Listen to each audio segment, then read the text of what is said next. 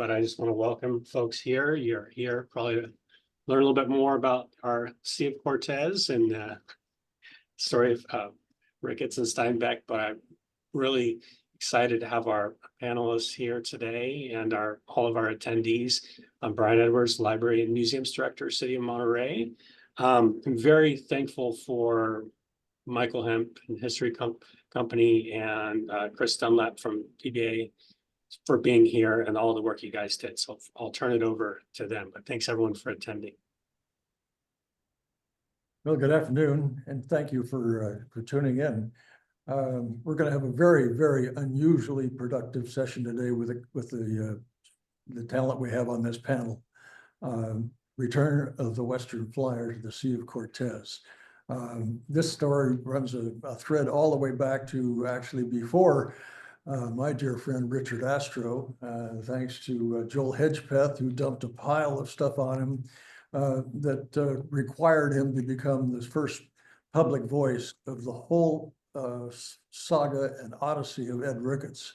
And I can't begin to tell any of the watchers or listeners how much we all owe Richard. He likes to say he set the table for the rest of the folks that have been delving in it, but he's the real deal. He came west in 1983 as a keynote speaker for the formation of the Cannery Row Foundation on the Great Cannery Row Reunion of 1983 at the Conference Center on Cannery Row. He's, of course, known to everybody in the trade for his John Steinbeck and Ed Ricketts' shaping of a novelist. First time that people started finding out about Ed Ricketts. And he's also gone on a co-authoring venture with another good friend of mine and part of this panel, Don Kohrs. They co-authored a Tidal Odyssey, Ed Ricketts and the Making of Between Pacific Tides. You're going to have a lot of fun with that today, I know. We also were hoping to have Dr. Catherine or Katie Roger from UC Davis. I'm not certain if she has checked in yet today. She's tuning in. No, she's coming in. Better known to all of us in the trenches is the author, the 2006 author of Breaking Through Essays, Journals, and Travel Logs of Edward F. Ricketts. A great volume that hid for years and has finally come. And finally on our panel is Sherry Flumerfelt. So all I can say about Sherry, she is vastly experienced in the service-related fields about which she is a master now. And she is the executive director and the leading force in the Western Flyer Foundation and is in good hands for its illustrious future. All of these are friends, and I'm very happy to be the host this morning or this afternoon, and I'll be signing off later after you have a great time with this panel. Thank you. Right. My name is Chris Dunlap, and I work at PBA Galleries in Berkeley. I had a hand in the Arion Press edition of Sea of Cortez, published in 2020. So this is a dream opportunity for me to ask some questions to some people whose books I've read and enjoyed. So I'm assuming we all know about the voyage of John Steinbeck and Ed Ricketts to Mexico aboard the Western Flyer boat that would eventuate in the book, The Sea of Cortez. So I'm going to start with you, Richard. You're a literary scholar. You helped, bring Ed Ricketts out from the shadow of John Steinbeck back in the, late 60s, early 70s. So what kind of a book is Sea of Cortez? Thinking what type of literary genre is it? And what did it mean to Steinbeck and what did it mean to Ricketts? Chris, that's a good question. And it's a good question because it was years before people really understood this book. When it came out, the initial reviews, people were flummoxed. I remember when I first got into the business, reading reviews by people like Stanley Hyman and Clifton Fadiman, who were just trying to figure out why a guy who had written an epic piece of social criticism like The Grapes of Wrath was collecting marine critters in the Gulf of California.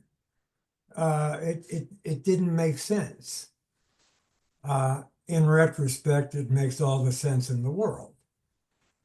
Because I think what we know now is that Steinbeck's vision is biological, not political. The biology, yes, it informs the politics, but it's driven by holistic ecological thinking that he gleaned from years of friendship with Ed Ricketts, in addition to the time, of course, that he spent at Hopkins taking those summer classes.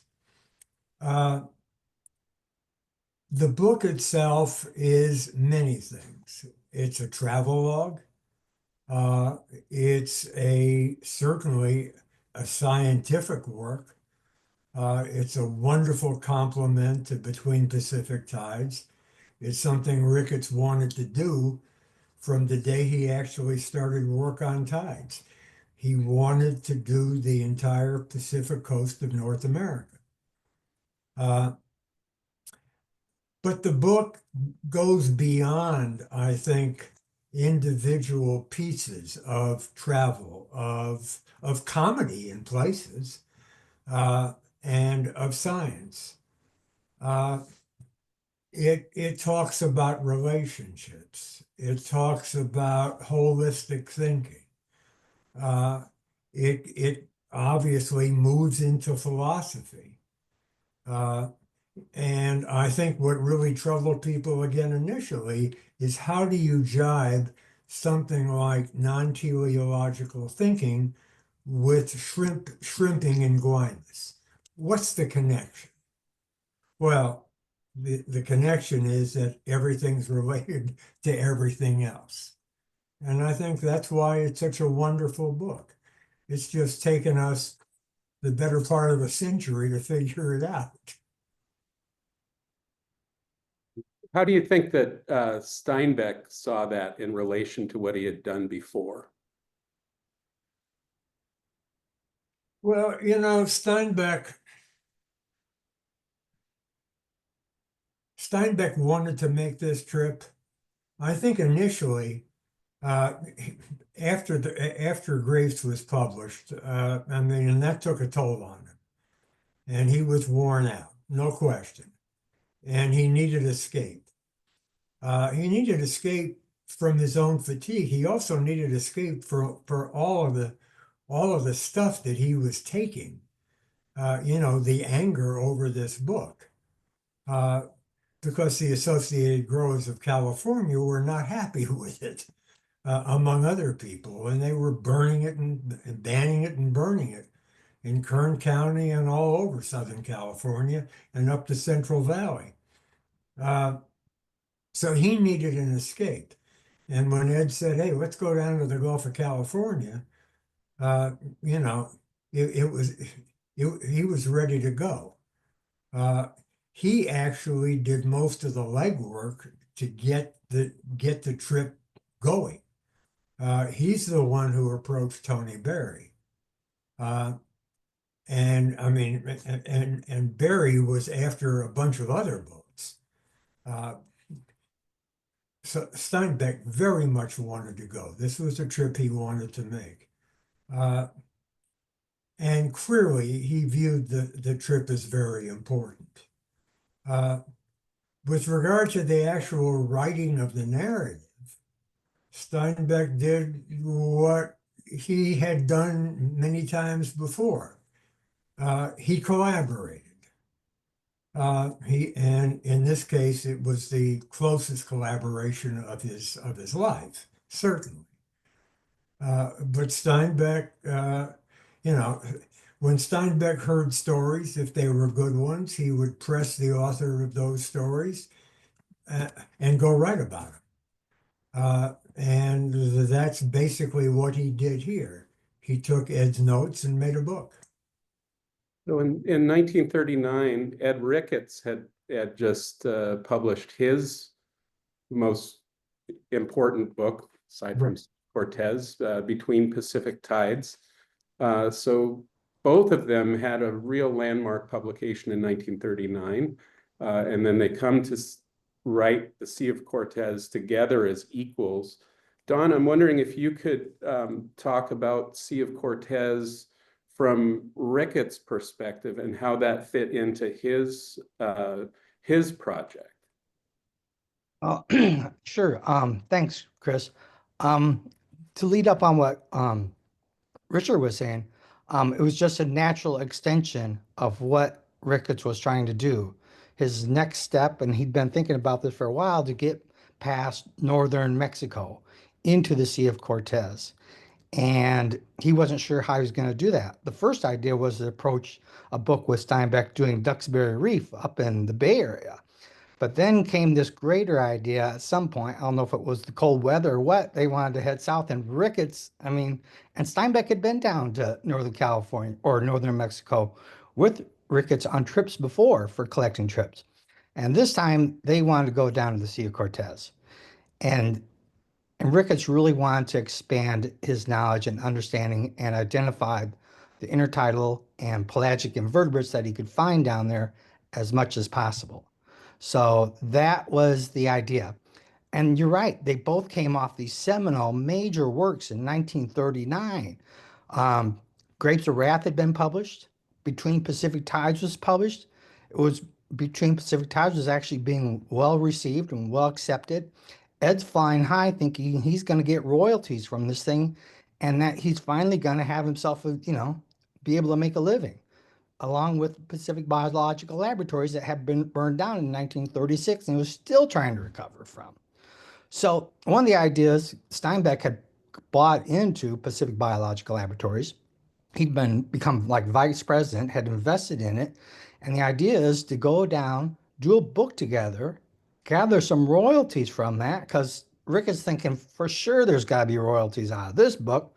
And set themselves for the next stage of their careers and the opportunities that would come for Pacific Biological Laboratories, the research that would continue for Ricketts for the next 20 to 30 years is his goal.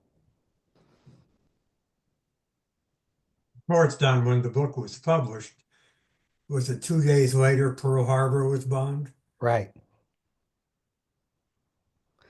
And it just wasn't well received. Right. I still have problems at times reading that book. And one day, Astro and I were sitting there, and I was just telling Richard this the other day, is Richard and I were having a conversation about the Sea of Cortez, and he says, it's Ed's book. And I continue to think about that all the time. And there's this great interview by Tony Jackson.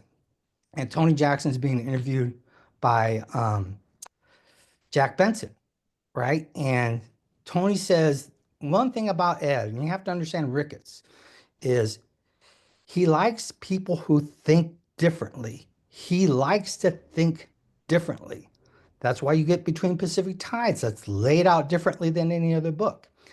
And when you search the word thinking in a PDF of the log of the Sea of Cortez, it just takes you to one word after thinking. And like Richard was saying, you go into holistic thinking, non-theological thinking. It's thinking different and critiquing yourself in your own thinking. Just to elaborate on that subject.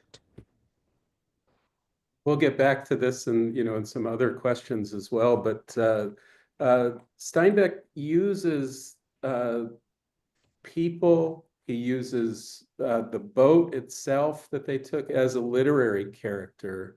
And here I want to talk to or ask Sherry a question about the Western Flyer boat. It's going to be going back to after a major restoration. The boat had sank twice. There was a big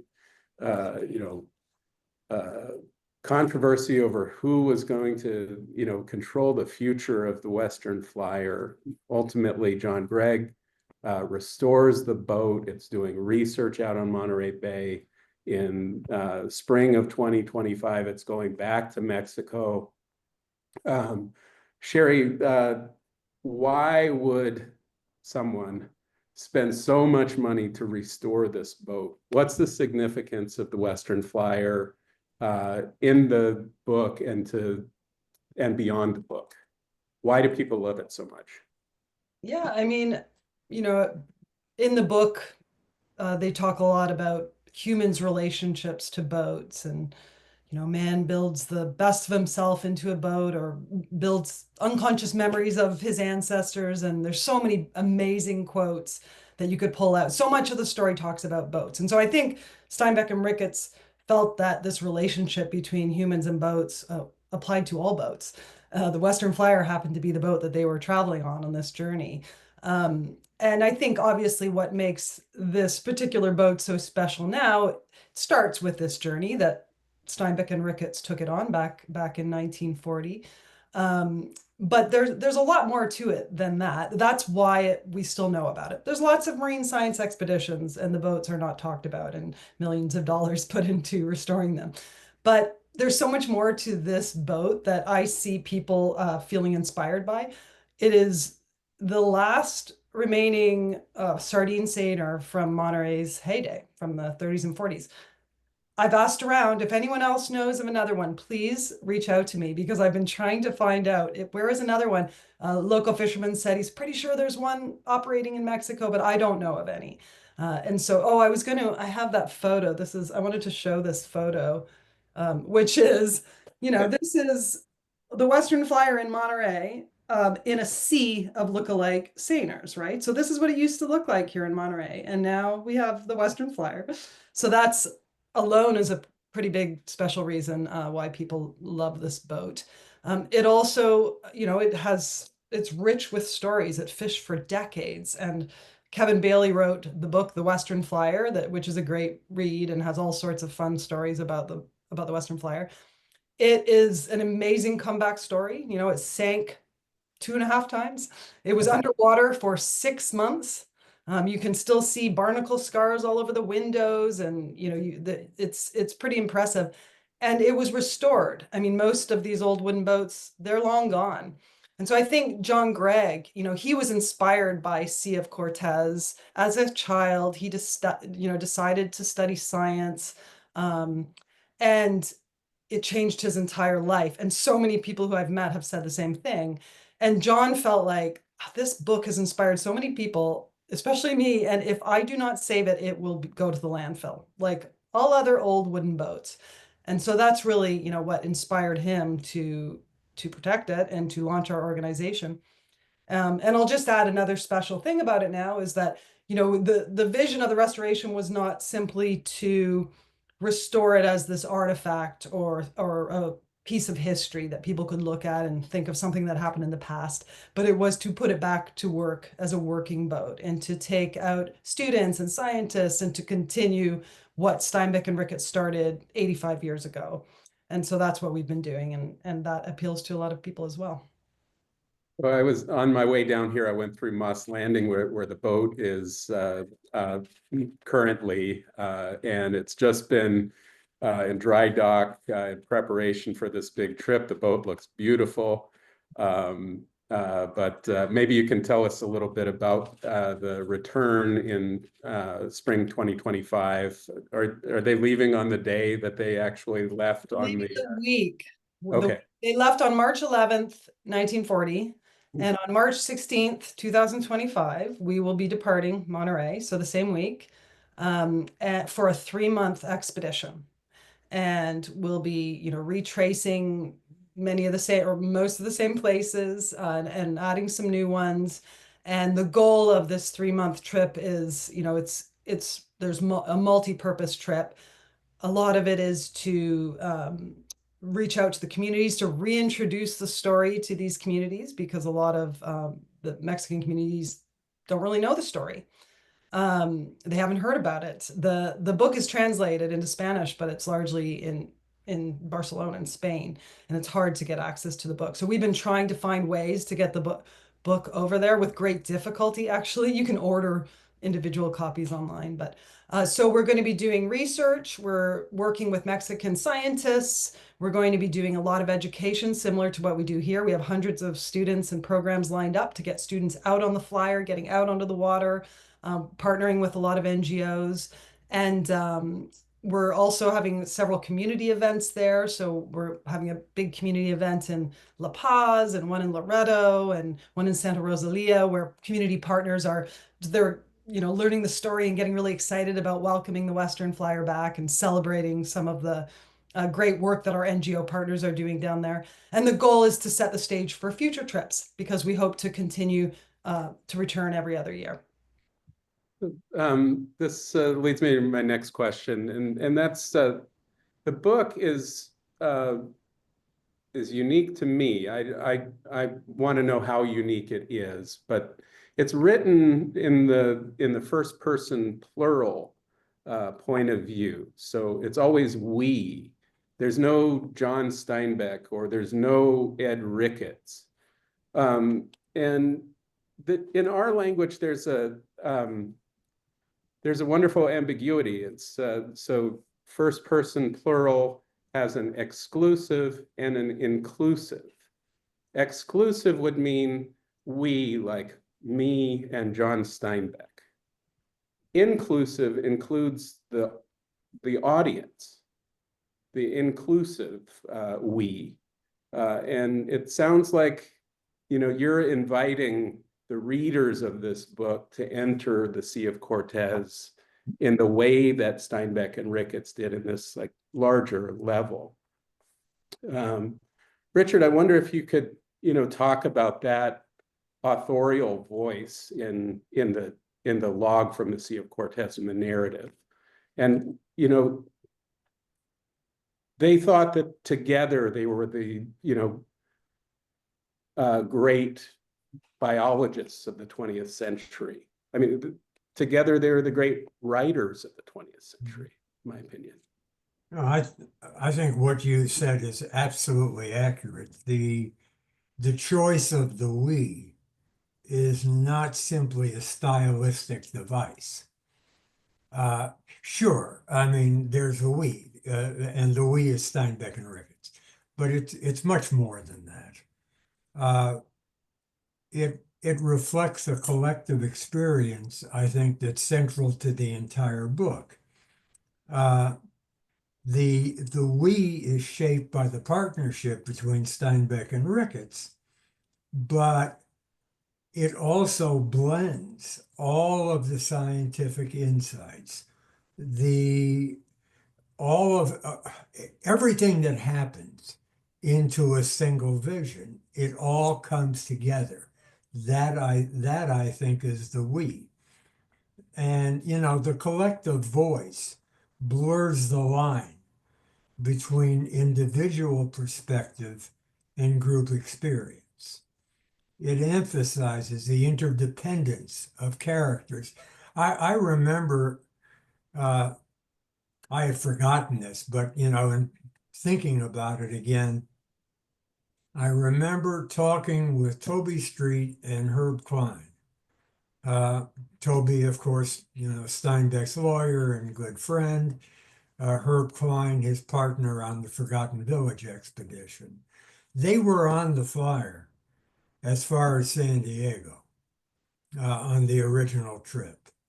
And independently of one another, they told me that even in the couple of days that it took this boat to get from Monterey to San Diego, the camaraderie was unlike anything they'd seen before.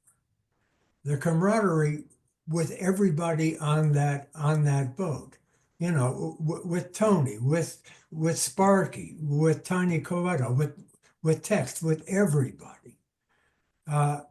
So the we defines the entire trip and everything they did on it. And it certainly defines, it showcases the ecological perspective of all of the collecting. That is the biggest we of all, really. So the narrative we is tremendously important. It also probably confused a few readers early on. If I could add something as well, I've heard, I believe Susan Schillinglaw has suggested that perhaps the we also included Carol Steinbeck, who people know was not mentioned in the book, even though she was an important part of this expedition. I like to think that that's what it was. I like to think that she's part of the we as well. Who I knows? think I think it is, and at least we hear about the lemon pie. She's quite important in, in both Steinbeck and Ricketts thinking as well. I mean, in Susan's wonderful book, John and Carol, Yeah. Portrait of a Marriage, she credits Carol with bringing this very important Robinson Jeffers quote to the group around the lab about and it formed the basis of Ed Ricketts' philosophy of breaking through. Humanity is something to be broken through. And that becomes like a very pivotal idea for Ricketts, and it seeps into Sea of Cortez. But Susan tells the story of Carol coming in like she had some revelation when she read Roan Stallion by Jeffers. And it's shot through the Sea of Cortez. So I'm wondering, maybe Dawn, you could tell us about some of these other characters from Hopkins Marine Station who crop up in the narrative. You're there at the Miller Library at Hopkins, and this was an institution that was very important for both of the writers. Yeah, I mean, that's the joy of being in my position, is looking through Between Pacific Tides and Sea of Cortez, looking at the appendixes, seeing who Ricketts references and who Ricketts mentions, and who Ricketts identifies as sending specimens to be identified. It's just, it opens up a whole door, and the door just continues to expand for decades. I'm at this for 15 years now, still recognizing some of the scientists and their works that are on my shelves that show up in the appendix of the Sea of Cortez. Walter K. Fisher, the director of Hopkins Marine Station, Ricketts speaks highly of him in both the Sea of Cortez and Between Pacific Tides. He's mentioned, I have numbers of layers of correspondences, always referring back to Ricketts. I looked at a letter today. It's from Tage Scotsburg, McGinnity. These guys just keep on showing up back and forth. They're, it's like going back to work every day, but these guys aren't around when I'm not around when these guys are around, but they're still around, right?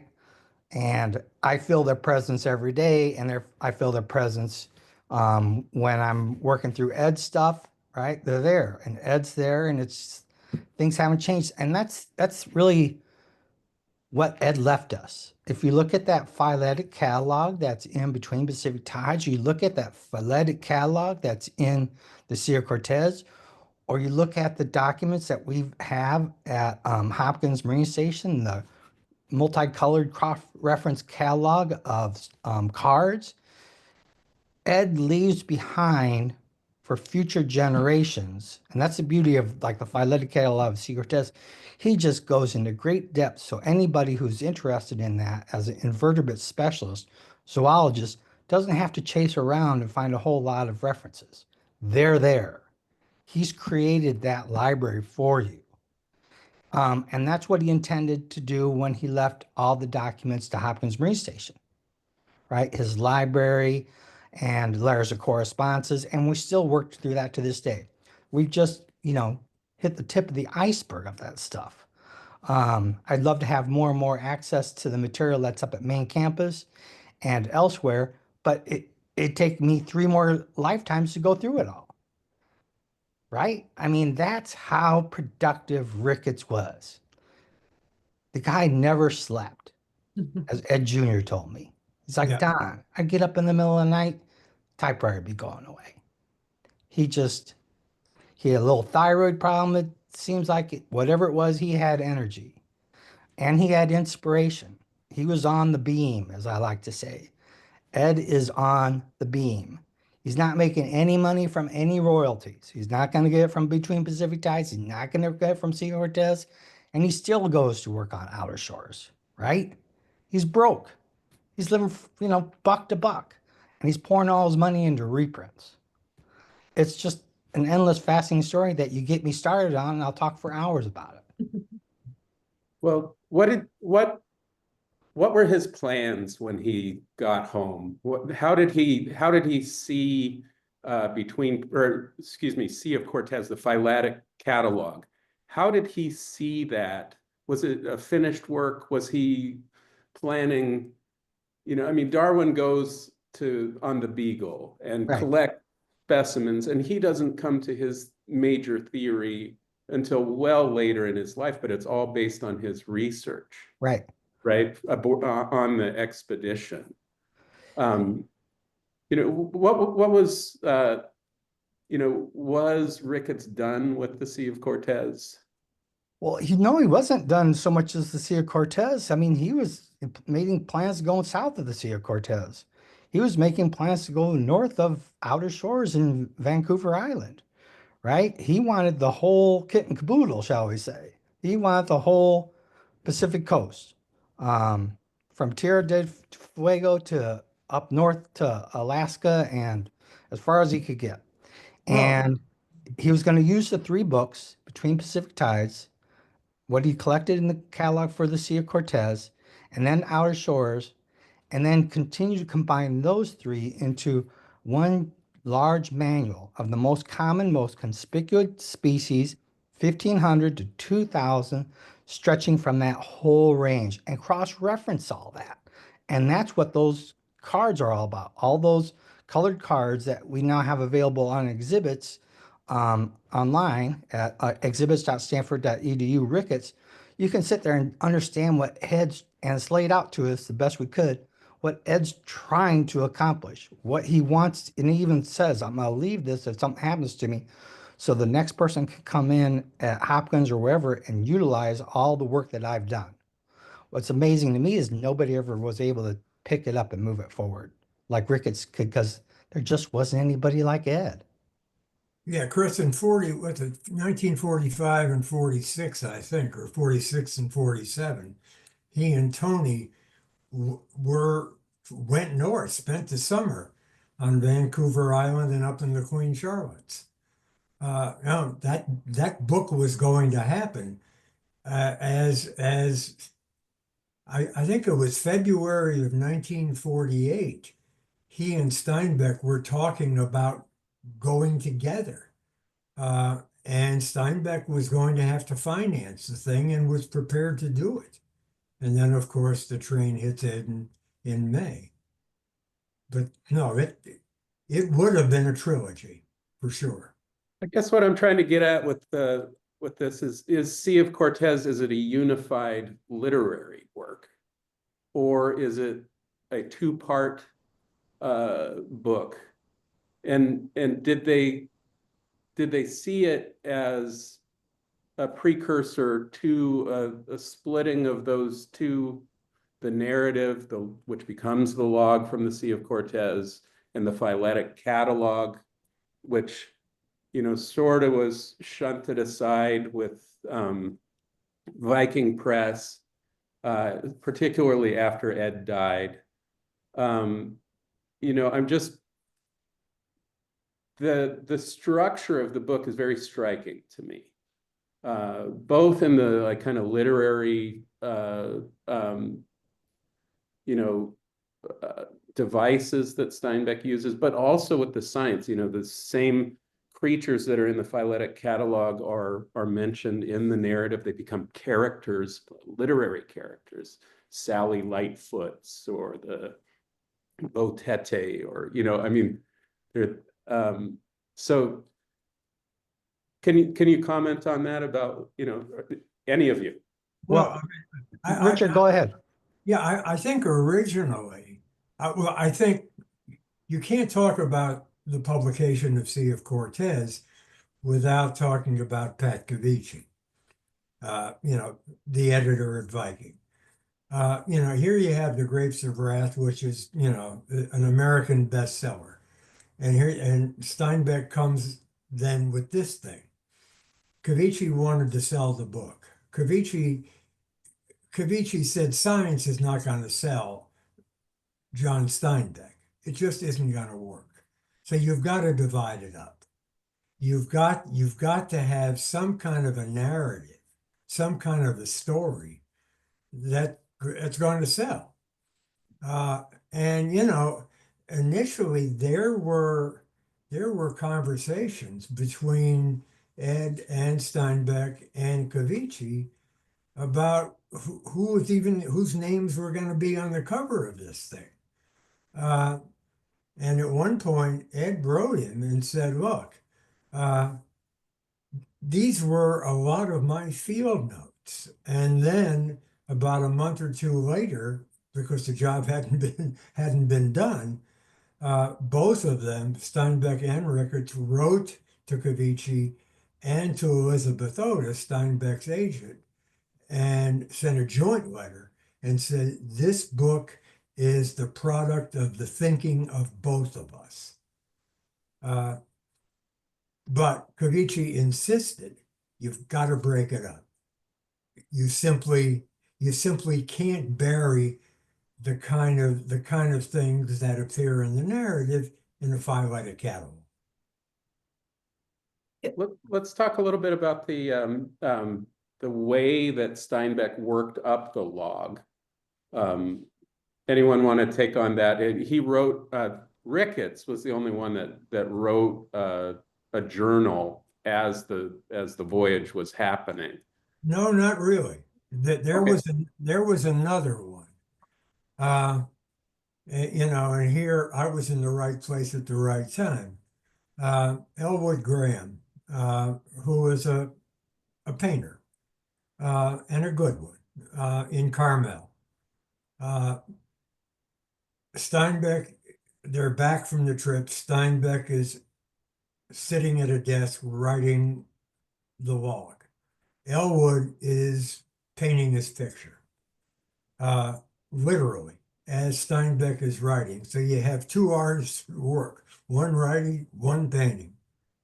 And I talked to Graham, and Graham said, I would go in the morning and I would look at John sitting there, and he had two documents. On one side, he had Ed's verbatim transcription, this 45, 46 page thing. And on the other, he had Tony Berry's log, which was about a 20-page log. And he would work off of both of them. And out of that came the book. If you look at the chapters, there's one that's misdated. Mm-hmm. That's because Berry's log and Ed's log conflicted, and Steinbeck put the wrong one in. There is a name. You remember the part of the book where the three guys take Steinbeck and Ricketts hunting for sheep, with the condition that they're not going to catch or kill any. I talked to a couple of those guys in La Paz when I was down there, and one of them said, and they both remembered this whole thing fondly, the whole episode fondly, but one of them, a guy named Valdivia, said, the only thing I'm upset about is that he spelled my name wrong. And when I got back to Oregon, I was working there at the time, I remember looking through stuff, and there it was in Tony Berry's log. I'm sorry, in Ed's log, the name was wrong. It was spelled wrong. Steinbeck just took it and put it in there. So yeah, that's how the book developed. And then of course, Ed's wife, or his common law wife, Toni Jackson, she's the one who was typing the thing, doing all the editing of it. You're going to have to find the share can- some of your notes with Sherry, because I want to ask about the Mexican characters in the narrative, and what if the Western Flyer Foundation will be interacting with some descendants of the people that are mentioned in the narrative. Sounds like you were in touch, halfway between the publishing of the book and now. Well, it's funny you say I don't want to overstate it. I mean, my Spanish is almost non-existent, and their English wasn't much better. So, and this wasn't a long communication. We spent an evening together in La Paz. That was basically it. But no, but they may well have descendants. Sure. we have And there are several people that are named, whether they're spelled right or not. I think in your collection, there is a letter from one of them to Steinbeck thanking him for a copy of the book. Yes, that's the ambassador. Leopoldo Perpuli, yeah. Yeah. I was going to say we have we're working with an outreach coordinator in La Paz, and I was talking with her about that and thinking, maybe some of the kids that are mentioned in the book, maybe they'll remember. And we were thinking, how do we find out? Because the story has kind of been lost. And so we thought maybe we could share some of the photos that we have and say, hey, put them on the news. Does anyone recognize these children or yourself in these photos? Do you remember an old book with some crazy Americans that were collecting things back in 1940? We've been toying with ways of doing that, because that would be amazing if we I could. guess I'll have to meet you in La Paz then. I think that would be a great idea. Well, for our audience, there still are some spots on this cruise to Mexico happening in March. So get to Sherry if you want to participate in that. We have a 10-night cruise on a shadow boat, so it's a little more comfortable than the little berths on the Western Flyer. Very cushy, and it will be shadowing the Western Flyer for 10 nights as a fundraiser to help fund our free programs and help keep the Western Flyer maintained and protected. How about research that's going to be done aboard the ship? And Dawn, are you archiving what the Western Flyer Foundation is doing research-wise? Well, no, not that I know of, but going back to this whole story about descendants from the family, like I got an email 3 days ago from Ira Cornwall's grandson. And does anybody know who Ira Cornwall is? No.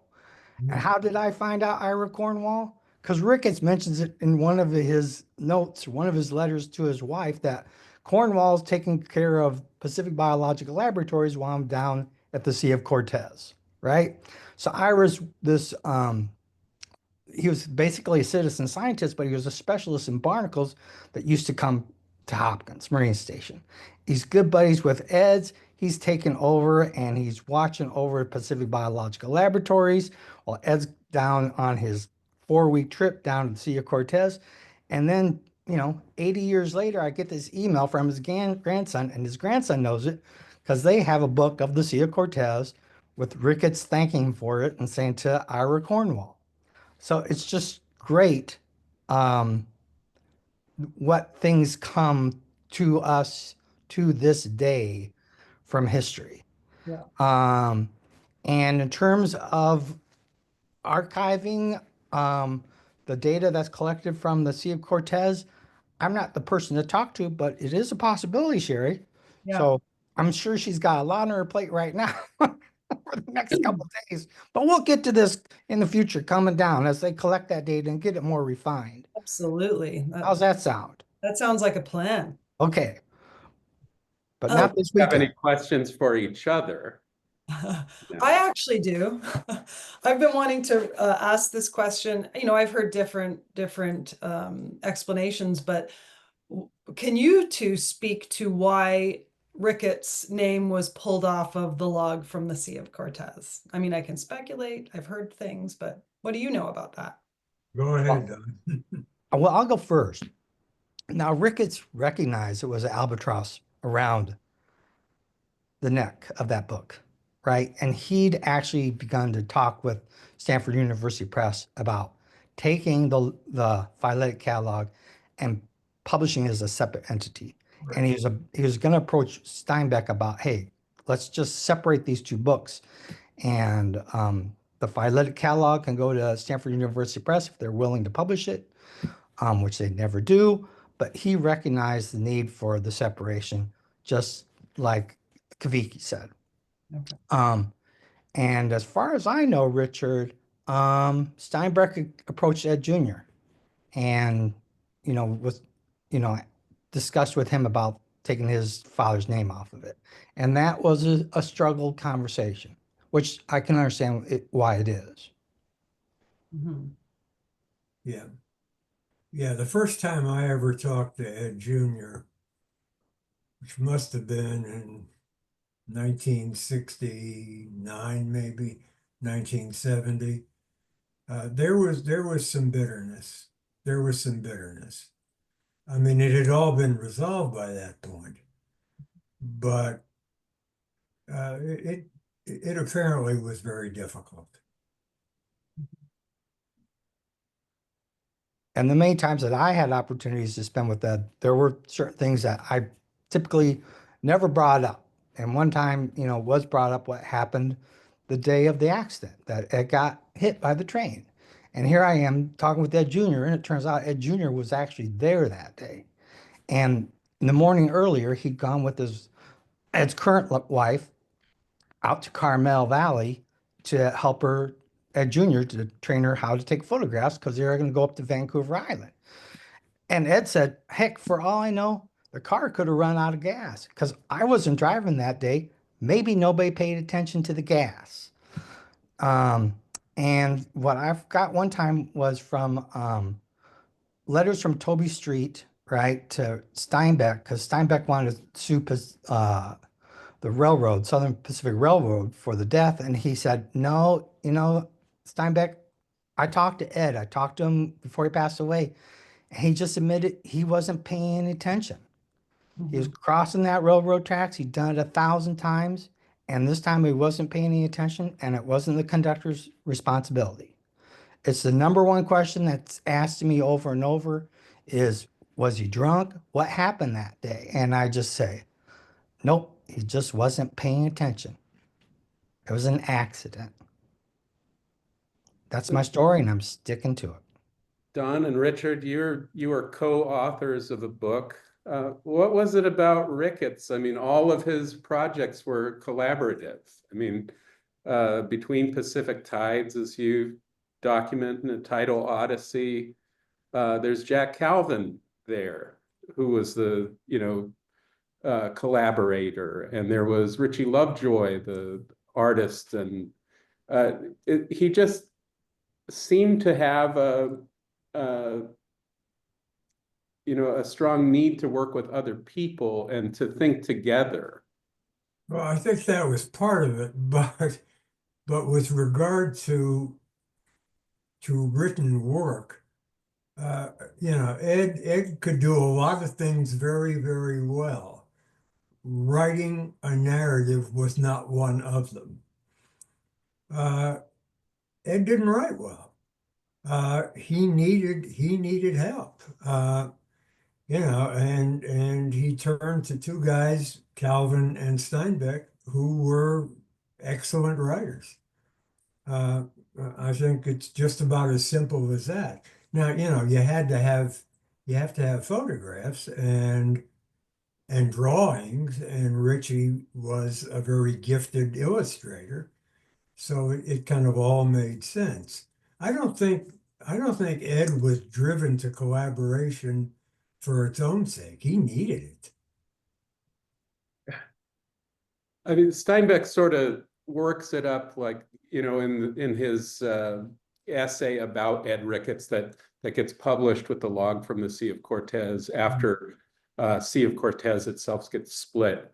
And he talks about how Ed is a great listener, and how he sort of metamorphizes other people's thoughts. You know, that he's a receiver, it does that play into this like collaborative, you know, co-authorship idea? Probably. No, Ed liked the engagement. The engagement was tremendously important to him. And engagement meant other people. And clearly his relationship with Steinbeck was very unusual. I mean, it was very deep. I mean, these two guys knew each other as well as two human beings can. So it made sense to collaborate. But beyond that, I wouldn't go, no.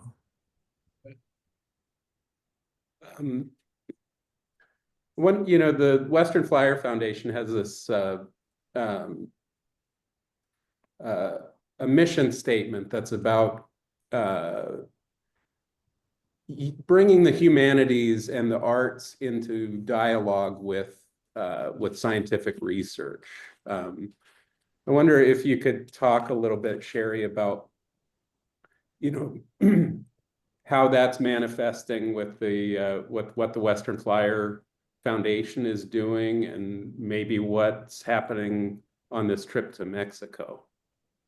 Yeah, of course. I mean, I think what made their trip so special in the book was that their very holistic or interdisciplinary thinking. You know, it was a science expedition, but they were talking about mythology and philosophy and history and music, and that really defined their friendship and who they were, and thinking big, wide open. And so that's really how we are approaching this trip as well. We are doing scientific research, but we're going in with wide open and seeing what we see, learning what we can. In terms of our programs, we are always, you know, we're trying to incorporate different disciplines into our programming. So science is the core, but we bring in illustration, we bring in artists, we, you know, are having students write, we're, you know, trying to have these broader conversations, not just strictly scientific. Yeah. And we're I think what the book does, which really sets the stage for everything the Western Flyer Foundation is doing now, is that it takes scientific thinking and gives it artistic expression. That's basically what it is, and it simply works. So yeah, you know, and I remember when I was at Oregon State, which is a school that is driven by things oceanographic. I mean, everything up there is marine, or seemingly so. You know, I found people that in the marine sciences, you know, a marine geologist here, a biologist there, who thought beyond just cataloging critters. It's a whole different world. It's a whole different worldview. And it's just taken us a long time to realize how important that really is.